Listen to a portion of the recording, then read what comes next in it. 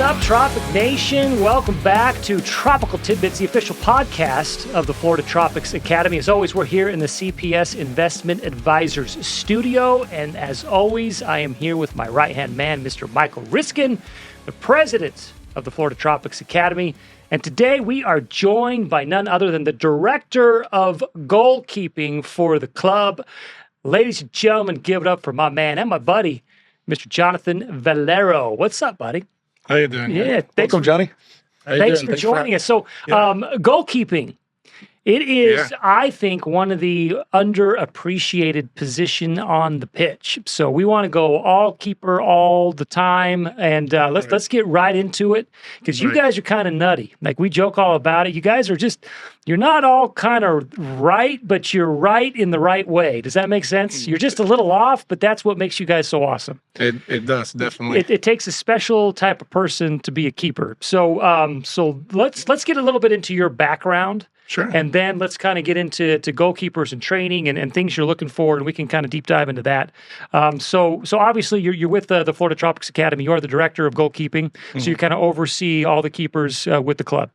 But that's not all you do. So before we get into some of the other aspects of what you do here locally, let's get where did you come up through the ranks from? I know you from the Major Arena Soccer League. Right. You obviously played for the pro team of the Tropics, but you've had some time on field soccer as well, correct? That's correct, yeah. I was born in Costa Rica. I actually played all my life since I was 8. Decided to be a keeper at 10 years old after the coach said, he needed a keeper. Okay, I got the gloves on and enjoyed it and loved it. And then I played all the way, in one of the main clubs in Costa Rica right there, and ended up having a contract for the pro team, the high level, for 5 years. And that's where basically kind of just burned all the ages, from academy all the way from 10 until 18, got my first pro contract. Played for 5 years with the pro team.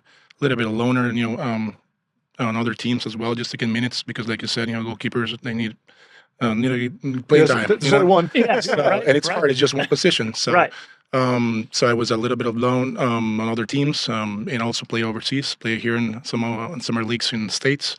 And after that, I decided to make the move permanently to the States, and that's where I got a little bit with the Rowdies, when they had a second team, kind of a reserve team, Right. try to make it, to the first team.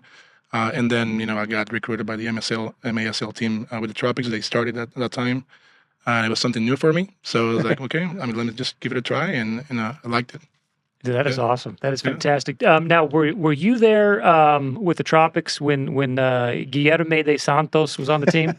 Oh, definitely. We were teammates. It was hard. I'm just curious, because we joked about this, and we've joked about it with him. What the heck is it like stopping that shot? Like, oh my goodness. He came to the team, and he came like right on fire. So, practices and games.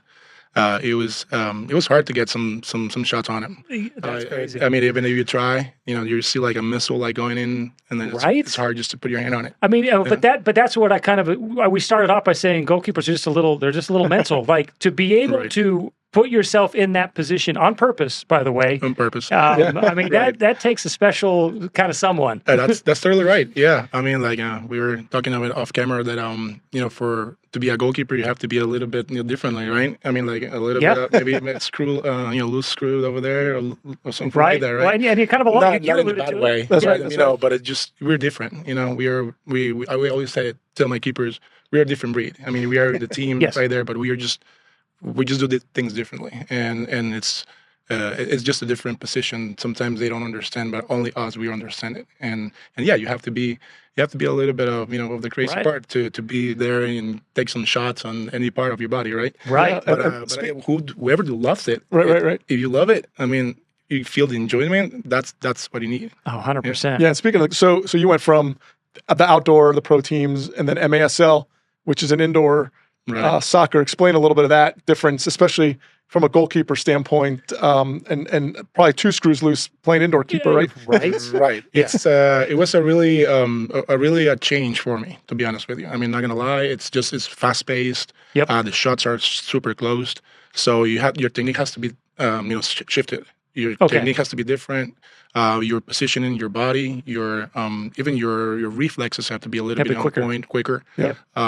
Your diving may not be that that much as in the outdoor because you're in a bigger setup, but in the indoor is smaller, so Right. you use a lot of your feet. Definitely a lot of your feet because you don't have to play as well, from the back but yeah, But lots of shots on your about body. what about the other side of it? So obviously there's the preventive, keeping from the goal being scored on you, but you're also a part of the offense a lot because you're the one who kind of oversees. You're kind of the general back there, That's right? true. That's true. Yeah. Like quick throw outs, or because you're kind of controlling the pace. That's in right. some ways. That's right. Basically, you can start a build up from the keeper, from your feet, from your hands. Obviously you have to know the rules as well. Right. Make sure your throws are not going, on the other line, things like that, so you don't get penalties. Right. Which is also another challenge if you have to know the rules, and then that's where the practice comes. Yeah. During the week, but yeah, definitely you're part of the team, right there. You're part of the game, not so much maybe in the outdoor that you're right there, and they take some time to come and attack on you. Right. There, you're game on all day, all game. Right. Literally, 100%. you're They use the engaged keeper a lot. all Yeah. time. 100%. Engaged. Yeah. Yeah, no, that's great. And if you haven't followed the Major Arena Soccer League, I highly encourage you to do it. Two of our very own are playing this year. Victor Pereira's, he is he's one of our directors, but he's also a coach of the U9 and the U10 boys. He's playing with the Baltimore Blast this year.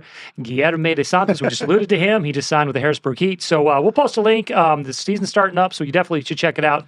Whole lot of fun. Highly encourage you to check it out. So let's kick this back into club soccer. Let's get back into the youth. So what are you looking for in a goalkeeper? Because maybe there's some people that are interested, and is there an athleticism to it? I know we just talked about the mental side jokingly, but there is a big mental side to the game. Mm-hmm. Is there something you're specifically looking at when you're trying to determine, is this kid going to be a good keeper? Or Well, I always tell the keepers that for a keeper you need to have three aspects. It's the technical part, is the mental part that we already talked about, and there's the physical part. Okay. Of course, you have to have a physicality, to be, have presence there. And the technical part comes, with training, of course. And then the mental part, yeah, you have to like what you do. You have to not enjoy it, but be willing to learn. Right. So if you're starting, those three things, has to be there. So if your technique is not on point, we can work on it. And dive into that for a goalkeeper, because the obvious thought is, technique is the saves. But having coached now for a few years, I realize there's a whole lot more to the goalkeeper than just saves. You play with your feet, the arm. You have to know what you're doing back there. You can't just stand on the line. Right. Positioning is a big thing. Positioning, right. Yeah, and that's all part of the training, right? All that part comes into, your positioning, your technique. Now, long is gone the fact that you were just a person just stopped there, standing there for stopping shots. Now you're part of the game now. You have to be engaged. You have to be good with your feet. Right. So that technical part is there. So it has to be there. So if not, it can be taught. You just practice and practice and practice, right? Yeah. But the physical part is just the part of maybe you were just getting into a little more of a older ages, but you have to have a certain height, certain weight. You have to be athletic. Right. Goalkeepers, it's hard. If you have to be as athletic as the field players, is what I always tell my keepers. Right. So, maybe you don't have to run too much, but you have to be ready for those low dives or maybe just outside of the box runs, things like that. So you have to be fast and agile. So. Well, and footwork I've noticed too, especially if you track the upper levels, like you're in pressure a lot. And you got to be able to keep a calm composure, but your footwork technique is not an afterthought. It needs to be on point to a lot of times to escape that pressure. Well, it's a huge. It's 11v11, and if you have a keeper that you can't trust to play back to, and really I've been on some of those teams, then it's 10v11. Exactly, and that's a huge option for your defenders to bail out. Yes, if they're getting pressured, and if you don't have that. Yeah, switch the field, and you don't have that. It's tough. It's very tough. And then with that comes the mental part, right? So when you work on your technical part, when you work on the physicality part, then it comes the mental part. How confident are you to provide to basically give that confidence to your teammates, right? So if they trust you with the ball, are you confident enough? Or have you practiced enough? Right. Have you did you know what to do so you can solve the issue? So that's why I always tell them, like, not only you just have to be there to stop a shot, you have to be proactively engaged in the game, communicating, and be part of it. I always tell them, like, you're like like a quarterback. You have the vision of the whole field. Yep. And they have to be communicating and giving the directions to the defense. Yeah, well, the good ones are chatty. I've noticed that they're very chatty on the field, which in a good way. I mean, they're constantly communicating to their teammates and to the defenders, man on or positioning where to be. And I always tell them, at a young age, a goalkeeper needs to be vocal. That's for sure, and that comes also with with personality. I mean, if you're shy, maybe you don't know what to do, you don't want to say, you don't know, maybe you're a little bit scared or something like that. But at a young age, you can coach them, tell them you can say some things like "men on." You can say some things like keeper, away, or switch the field, or something like that. So there's maybe 3 little words that you can teach a 10-year-old to tell their teammates, right? And it will help a great deal, right? I mean, if they, or even like tell them, hey, I'm here available, play me the ball or something like that, right? Which helps a lot with their confidence and to the team. So it's just that back to your point, it builds a trust with the other players. Oh yeah, exactly. Yes. Yeah. So the modern goalkeeping is coming that way. Just be engaged, be another field player, basically. Well, that's right. From a marketing and a selfish standpoint, because I'm a sucker for a good highlight reel. Goalkeepers make great highlights. I mean, there's some phenomenal, just the way they sacrifice their bodies sometimes. It's unbelievable. Like I'm old enough to know that gravity is a thing. But these keepers, they think it doesnn't exist. It's incredible. Yes, and all that comes with proper base of technique. If you know, because there is a way. There's a proper way to fall. Exactly. Okay, and that comes, that's basically within grassroots. And you teach them how to dive. You teach them how to land, so they're not injured. Basically, they're safe when they dive through the ball. And not only do we do we have separate goalkeeper training here at the Tropics Academy, but during our sessions with the team, if we do technical work, our goalkeepers are in the technical sessions, doing the dribbling, doing the passing, and so we want that part of their game to be just as sharp as the field players. Yeah, very important. No, absolutely. How early should a keeper start? I mean, is there an ideal, or can you pick this up later on too, or is this something if you really want to go somewhere with it, you need to start earlier? It's a really good question because the earlier you start, the faster you pick up things, right? So I always say like if you start at 8 or 10, I mean at least you're also alternating with field game, playing, because that way you're also you're developing both. Right. You're getting the right techniques with your hands and diving and all that, and also you're playing on the field and just getting that habit of being athletic and just play with your feet and all that, right? So I've had like keepers of 8 years old, 10 years old that have developed in 5 years and they have all the basics now. And then from there, they're going into a better background, going into high school or into the second part of their teenage years. I'm not going to say like it's going to be all the way from 6, 5, 6, or 7 or anything like that. At that age, they just have to have fun with soccer. Right. You don't want to put them there. Yeah. And sometimes they don't. They just are there. Oh, this is boring. I want to go score goals. Right. Right. So it's just more. I think that happens a lot. Yes. Right. Because again, there's I don't hate to go going back to it, but there's a mentality. The keepers that stay with it, they're just different. They just have this extra gear for it. Right.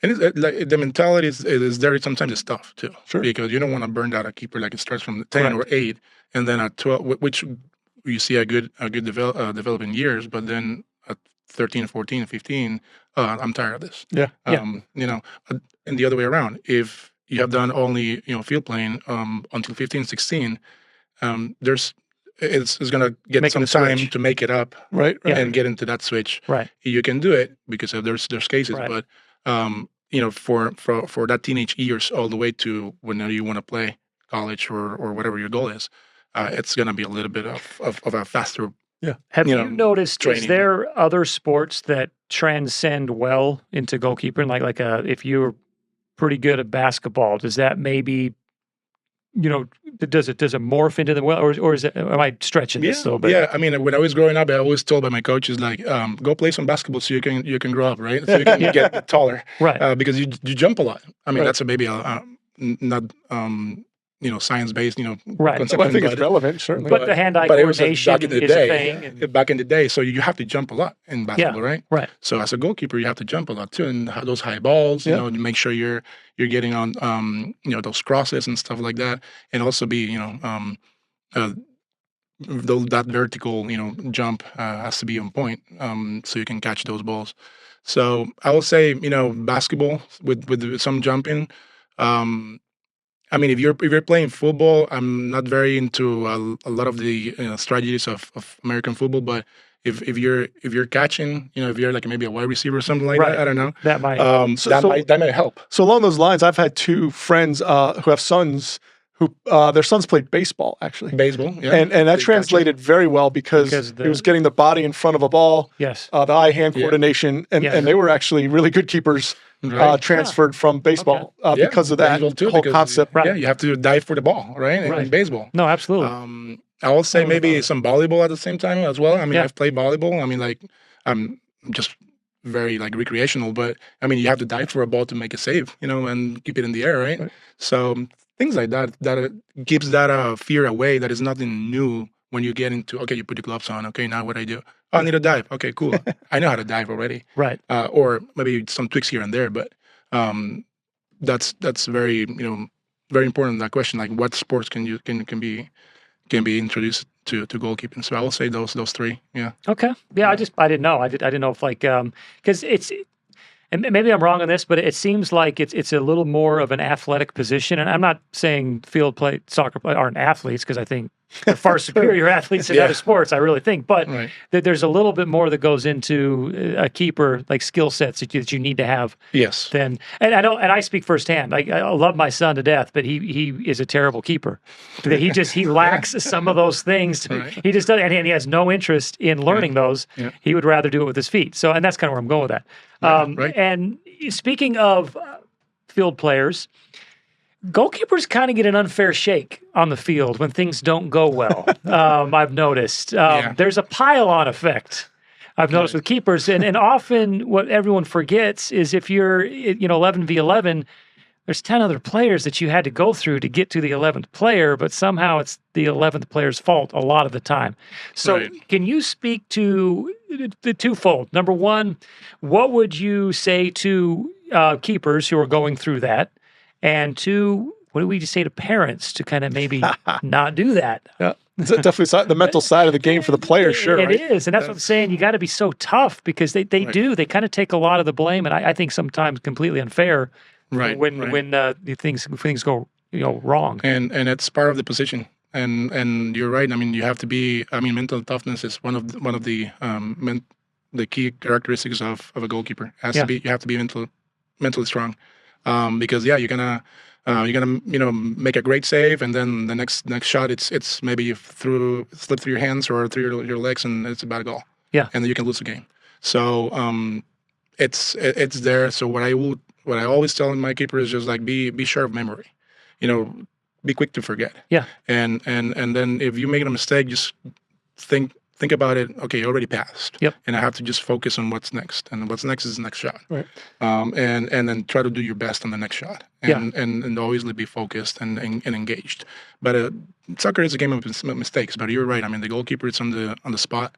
If you make a quick mistake and could cost the game. Yeah, and I've been there, and it's not easy. No, it isn't. But for the parents, I mean, there's like sometimes they don't understand that, but at the same time, it's more how can we build up that player from a mistake? Well, because if they mentally check out, it's your team's in trouble. That's right. I mean, and I've seen it firsthand. When the keeper mentally gets in their own way, the game gets harder for everybody. It's like that field goal kicker in American football is. Yes, exactly. You might have 89 minutes of just easy stuff, and then all of a sudden the biggest moment in the game is in front of you, and win-loss is on. Well, yeah, even they go into PKs. Like Exactly. sometimes that's just. I mean, I'm not that I'm disrespecting the position. But sometimes it's a 50-50, man. It's just you guess and you're either right or you're wrong sometimes. Yeah, and it's part of it.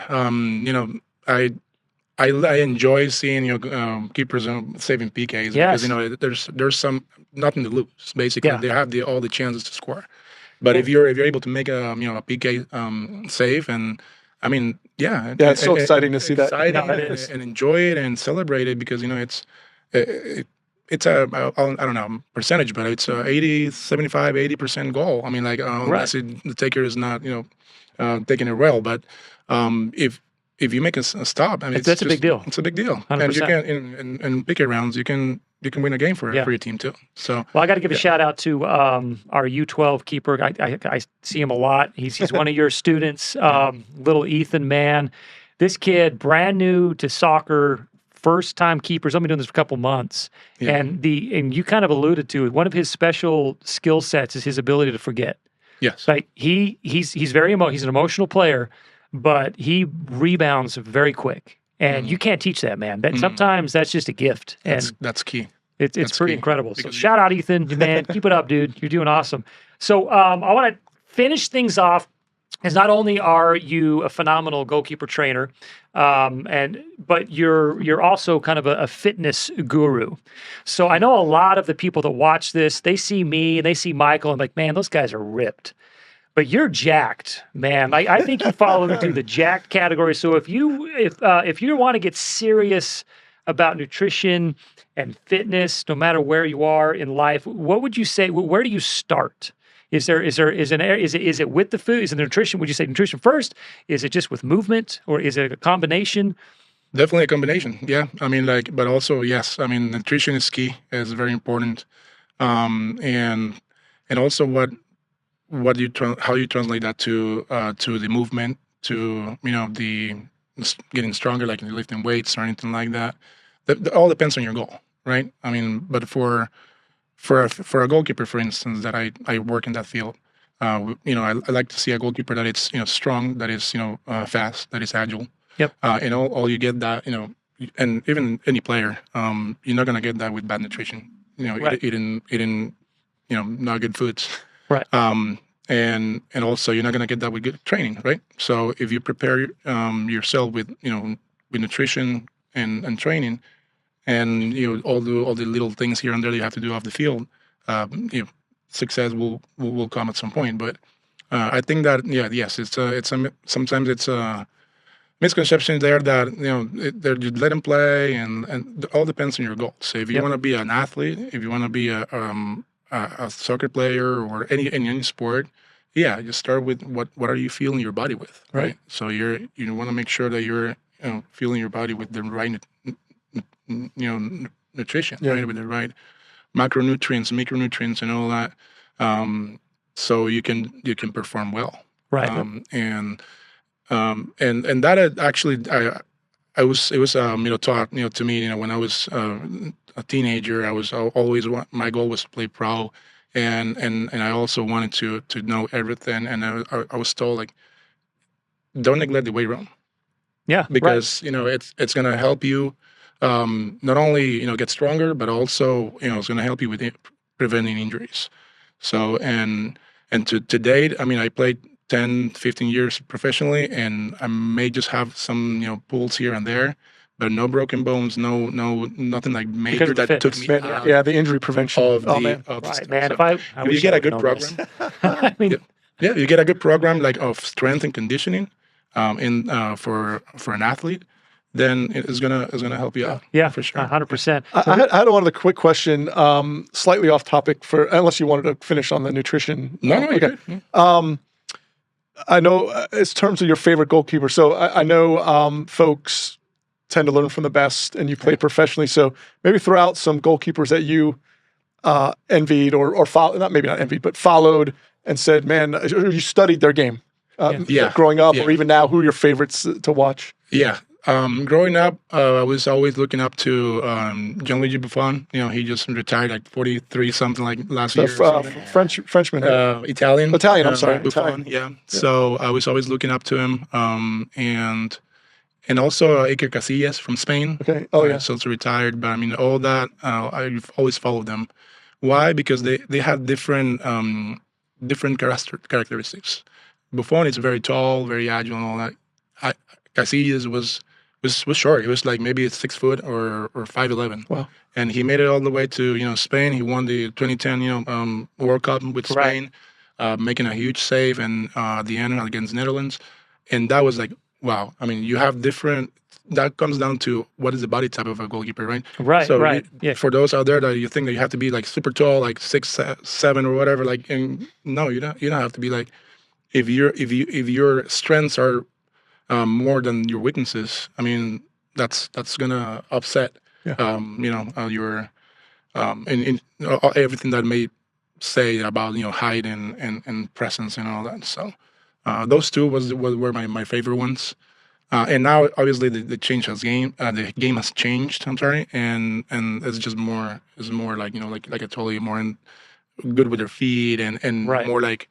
So you will see Manuel Neuer. You will see that he was always like a sweeper, playing outside the box. Playing great with his feet. I like the Brazilian goalkeepers and playing in England, Alisson Becker, and they're very good with their feet and all that. Basically, another field player. Basically, just distributing to do an assist to score a goal. So all those are the ones that I'm looking out for now, and that's basically that comes down to what you're saying. I grew up looking up to these goalkeepers, but what I would encourage a young goalkeeper right now is just who are you looking up to? Are you actually watching, the goalkeepers, at the pro level, or are you going to games or something just to see, to how they play, how they manage the game? So that's another important thing, learning from the best. From the best, yeah. No, absolutely. I agree. So the good news is you do not need to be part of the Florida Tropics Academy if you want to learn from you. Although it's always preferred. It's always preferred. President of the club. So Pura Vida Goalkeeping Academy.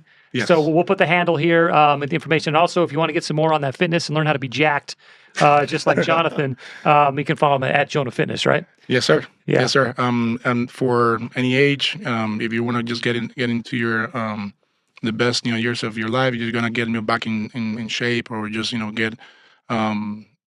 get into those fitness goals that you know how to get to. Definitely reach out. I'll help. I have helped students, athletes, and also parents, and for the student athletes as well.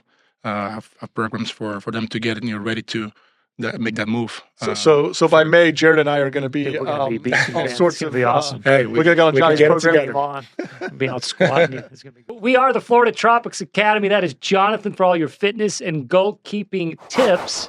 Go to Pura Vida GK, right? Yes. Pura Vida GK, or just follow Jonah Fitness on Instagram.